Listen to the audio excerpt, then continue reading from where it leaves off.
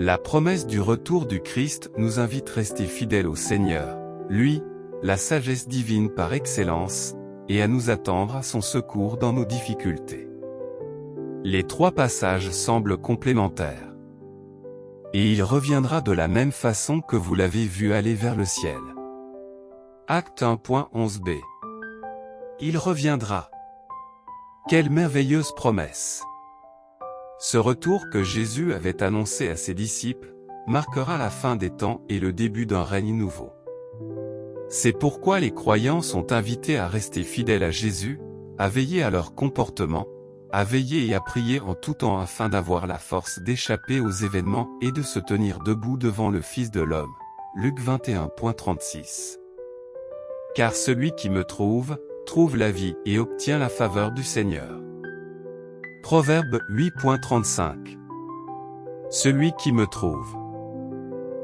Le contexte du verset parle de trouver la sagesse divine, la sagesse épanouie en Christ, de vivre une relation étroite avec lui, d'être à son écoute.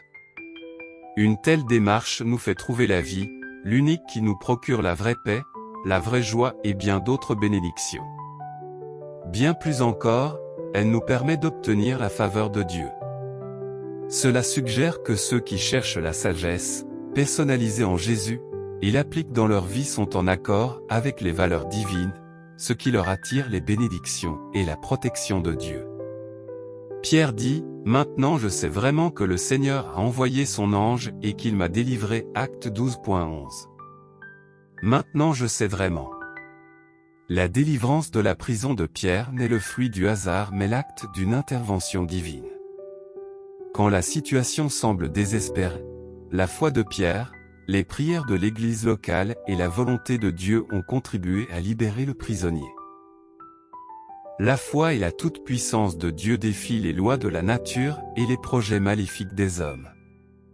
Tout est possible à Dieu. Remets toute ta vie dans les mains du Seigneur, mets ta confiance en lui et en lui seul, il viendra à ton secours et te délivrera.